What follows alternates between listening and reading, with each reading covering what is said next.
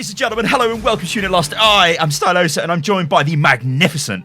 One amongst many, hello, I am here too. We're going to talk about a favourite topic of ours, a good old chestnut. We're going to talk about it, yeah, but the question is this actually, will this be good for the game?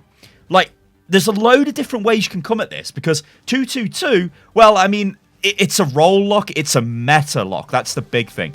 Now, if you guys remember, I did an interview with Jeff, and Jeff said to me the game would be not very easy, but would be much easier to balance if it had a set meta, which is undeniable. Now, obviously, that interview was really good. You guys go and check it out. It's on the channel. Just search like Jeff 222 interview, and we talk about it in detail.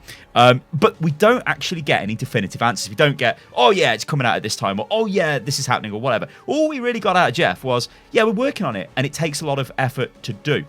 But here's the thing, Josh. I think that if they could go back in time, back to the glory days of Overwatch, the glory days being, I don't know, 2000, before the game launched, and there were things they could implement. Now, remember, we used to have just unlimited heroes, where it was absolutely stupid. You know about this, Josh. You casted, I don't know how many games where it was just... I mean, I remember Lijiang Tower, and everyone would just swap to Tracer at the end of the game, and it would just be contested forever.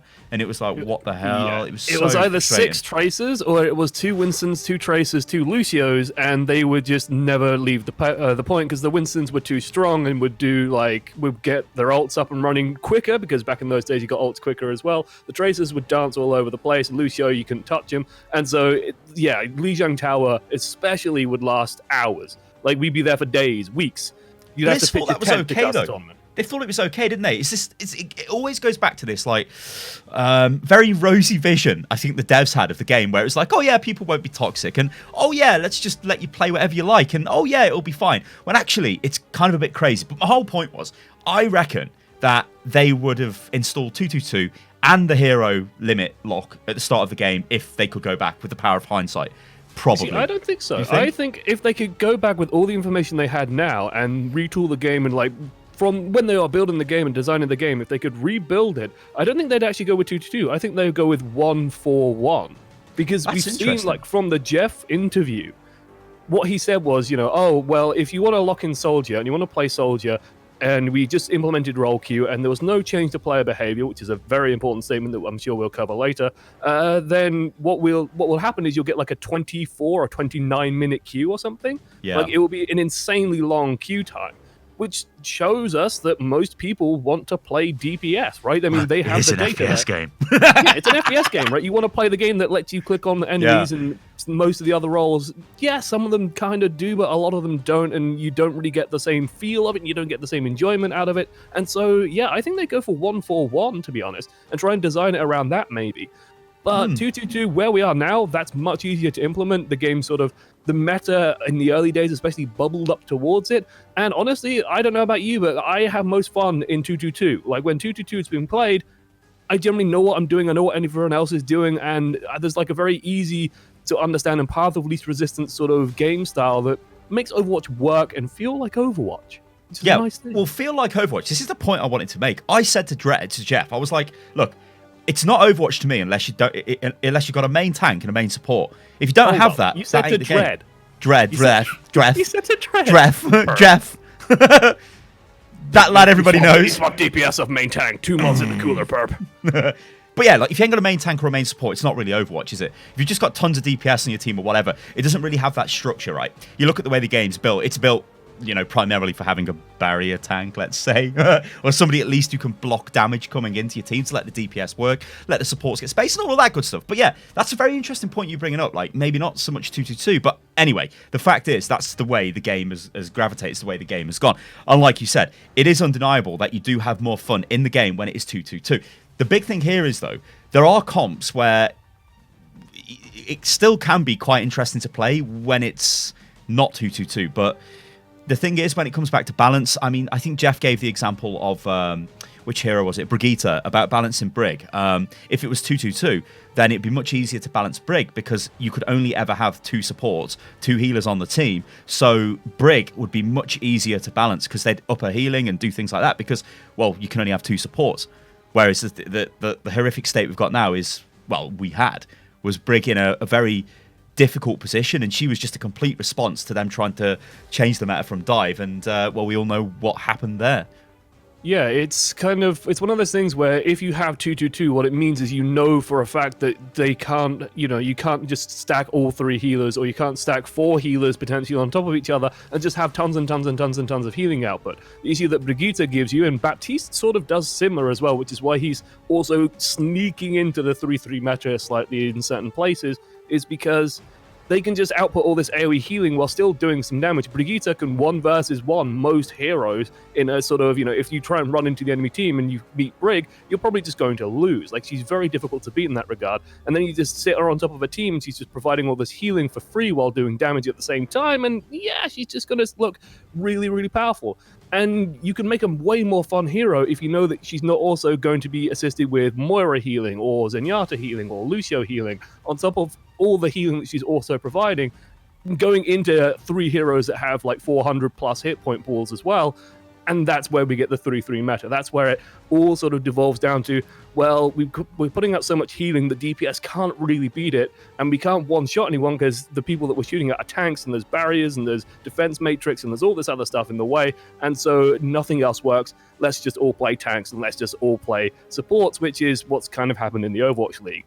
And 2-2-2, I really want to see it. I really want to see like someone, there's various communities out there that run various tournaments, and I'd like to see a forced 2-2-2 tournament and see what that looks like. I'm sure it'll be a lot more enjoyable, to be honest, because like last night, was it last night? I'm going to date the video, but I don't care. Last night, I think it was, no, it wasn't last night, it was the night before. Ersta got a chance to play Tracer for all of about 2 minutes and got a 6k.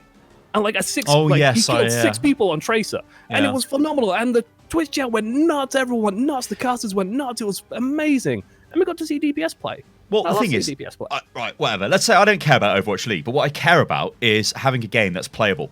And the fact is, competitive right now is still the rolling the dice. Are we going to get a team? Whatever. When you talk about them, or looking at organisations that maybe would trial like a 2-2-2, a Metalock, or whatever, in a high level thing. I mean, why don't they just put this on the PTR? Why don't they just throw on the PTR some sort of special queue where it is just 2-2-2? Now, I know the PTR's got problems. I know the PTR... In fact, screw the PTR. Just put it in the arcade. That's what I'd like to see. But I think once they do that, they're saying to people out there, this is what we're going to do to the game probably, because that it would be a statement of intent. And the big point of this video is, would that actually... I'm going to say it. I mean, I don't think this is blown out of proportion, but would that actually save competitive? Because I'm going to ask you a question now, Josh. Overwatch competitive. Are you having fun? Now. This isn't a simple yes or no, right? So go for it. Yes. I knew it. I knew it was coming. I am in a lot of... I've been playing a lot on my stream lately, twitch.tv/one amongst many TV. I've got a new URL. It's very nice. No more ESL, thank God. I've been having a lot of fun with it. Like, I've actually been having a lot more fun than I thought. Like, everyone knows, it's Overwatch, everyone's gonna be raging. But I've done placements now on 2 of my accounts. One of them is my support account, it's the OIM account. One of them is my DPS account, and both of them placed at around the Masters Diamond border, which is, in my mind, hell. It is where probably like the most tilty... every rank border is hell. Yeah, it's all the same. Enough. Yeah, it's all the same. Because you get the age-old thing of like, oh God, I'm platinum, and I'm like, there's these golds in my team. Oh, I should be playing DPS. Get off the DPS. Yeah. It's that over and over and over and over and over again. It's where egos spiral out of control, and everyone thinks that they're way better than they are, and everything devolves into fighting. But I've been having a lot of fun. More so on my support account than on my DPS account, and it's for that exact reason, the 2-2-2 reason, where when I'm playing support, well, that's one fewer person who joins the game and insta-locks in McCree or Ashe or Widow or Tracer or Genji or any of these other heroes. I just insta-lock in Zen or Ana or Baptiste, depending on what map we're on. And as a result, the team sort of forms more naturally. But the thing that I notice is that like no one plays main tank. No one seems to play main tank ever. Having a main tank is so important. Yeah, the person who ends up playing main tank is the person who's like, guys, I'll flex. It's like, all right, well, you're playing tank then. And everyone just goes somewhere. The sad thing is, I like playing tank. The thing with Overwatch, though, is, I'm going to say this as well. Playing tank, you cannot really carry. You're at the mercy of your team. It's not so much about carrying. There are things you can do. You can outplay the enemy tank and do whatever, but you need the support of your team. Whereas if you don't get that, you can feel very lost and very helpless, and you're just dying over and over again, and you get really frustrated, and then probably you're like, you know what, I'm just going to play Doomfist or something, and then that's bad. I've seen this happen tons. You guys have seen it happen probably as well. If I'm playing DPS, or if I'm playing support, or if I'm playing off tank, main tank, whatever, you'll see people start to tilt, and they'll just swap off the heroes that they don't want to play because they maybe just were flexing. It's sort of like, oh, we've lost 2 fights, so whatever. I'm not interested in this no more. I'm just going to do what I want to do because I want it to have fun. And this is the bit I want to get onto, the idea of having fun. Now, I think there's a bit of a problem with Overwatch right now in terms of what quick play gives you, what competitive gives you. There is no, I firmly in my mind believe that quick play should have the same rule set as competitive, but just shouldn't give you competitive points because quick play is really weird. Playing like one round of attack on Numbani and then it ends is like, okay, that's not actually like what do you take from that in a Overwatch sort of like, how is that training you to go up to competitive if maybe you just want to play quick play? If you get what I'm saying, the quick play rule set could just still remain as another game mode, sure, but I'd like to see quick play change and then competitive. Well, obviously it's competitive, but then this leads on to the other discussion of individual SR for different ranks, which might cure the problem of, hey, needing to have 5 different accounts. Like at the height of my Overwatch addiction, I think I've got 8 accounts. I never played on all of them at the same time, but they all had like a different sort of I kind of want to say theme, but they kind of all ended up playing the same thing at the end of the day because it was like everyone needed a tank, or a support or whatever. But like they started out with grand ideas of like, okay, this is a DPS account, this might be a flanker DPS account, this might be a maybe a Sombra account, this one's a Reinhardt, Winston, whatever. And that was me segregating in my head the sort of SR of myself instead of playing all on the same account. Because I have got to GM on quite a few different accounts. The tank account was probably the most difficult one to get there with. Probably took the most time. Accounts which one-trick Doomfist is actually quite easy. I'll be honest, because you just delete where you Doomfist. Yeah.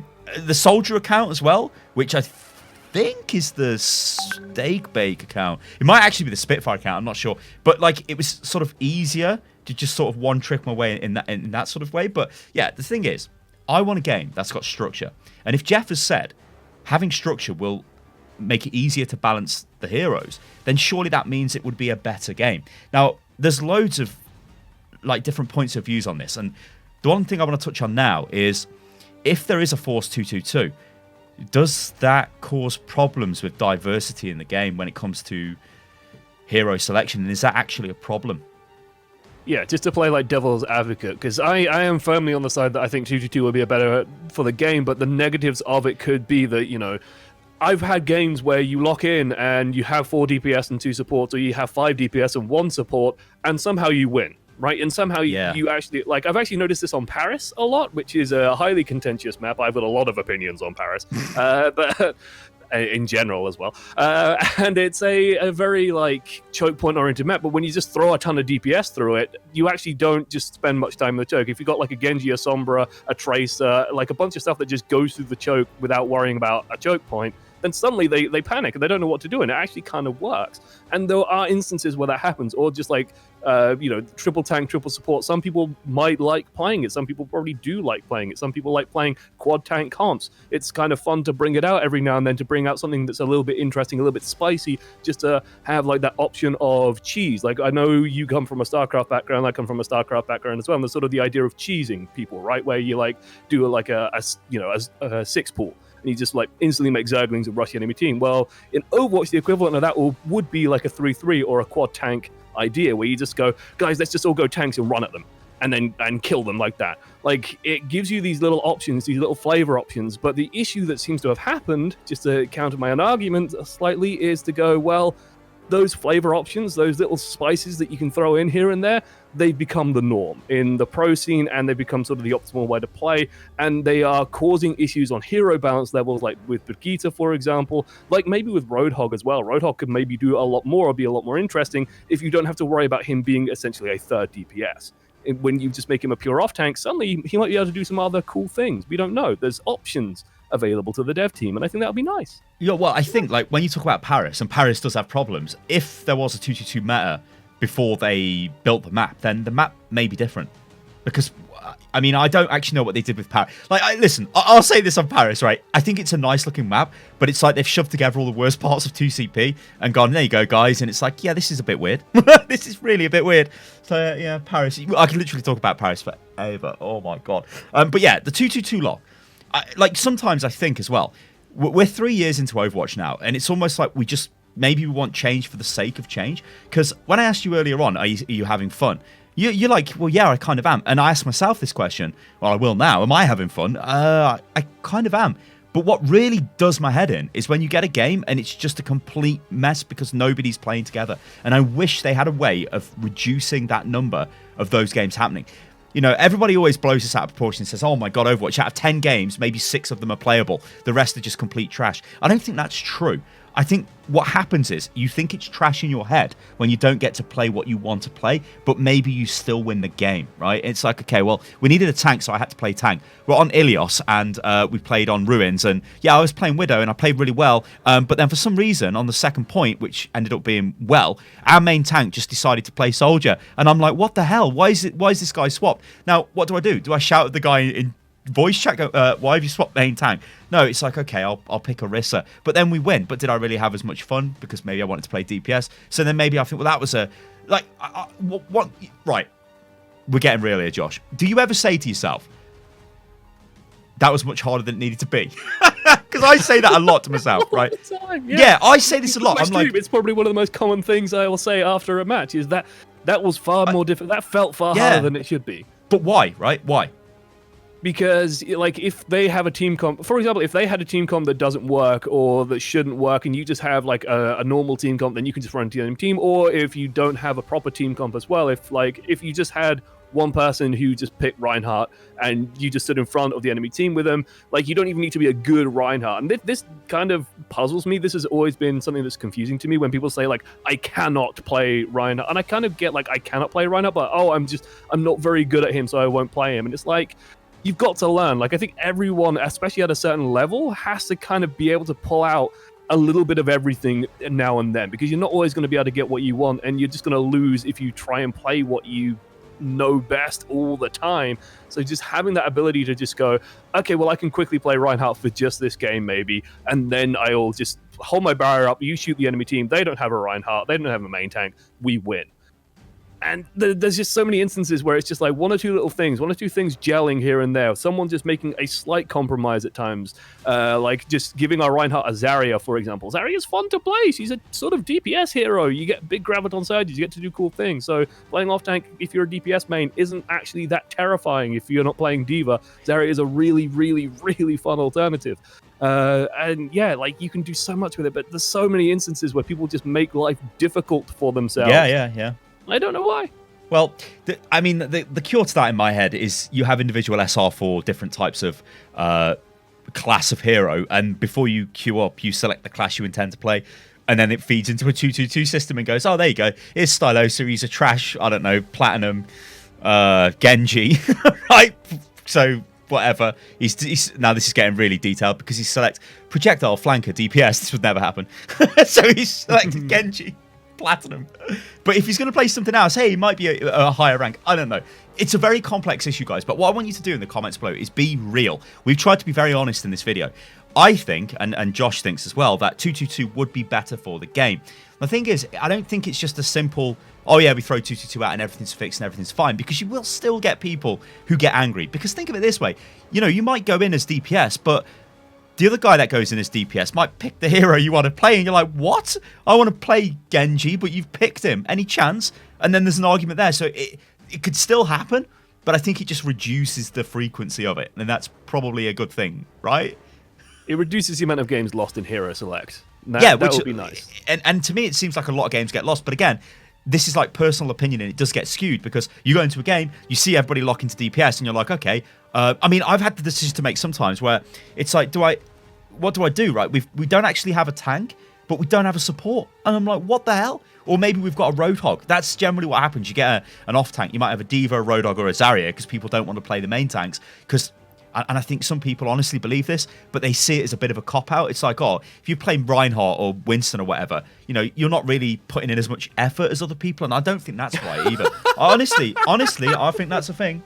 You're laughing at what are you laughing for? I think it is. Because, like, if you've played Reinhardt, you know it is the single most stressful thing in the game. In like 90% of cases. You spend half your time just getting stunned and bounced around and trying to block people, and then you get some whiny little DPS scrote coming up and going, oh my god, Reinhardt, why did you drop the barret? It's like Doomfist punched me to the moon and then Brig stunned me, and then there Reinhardt charged me into the wall. Where was the flashbang, McCree? Where was the flashbang, McCree?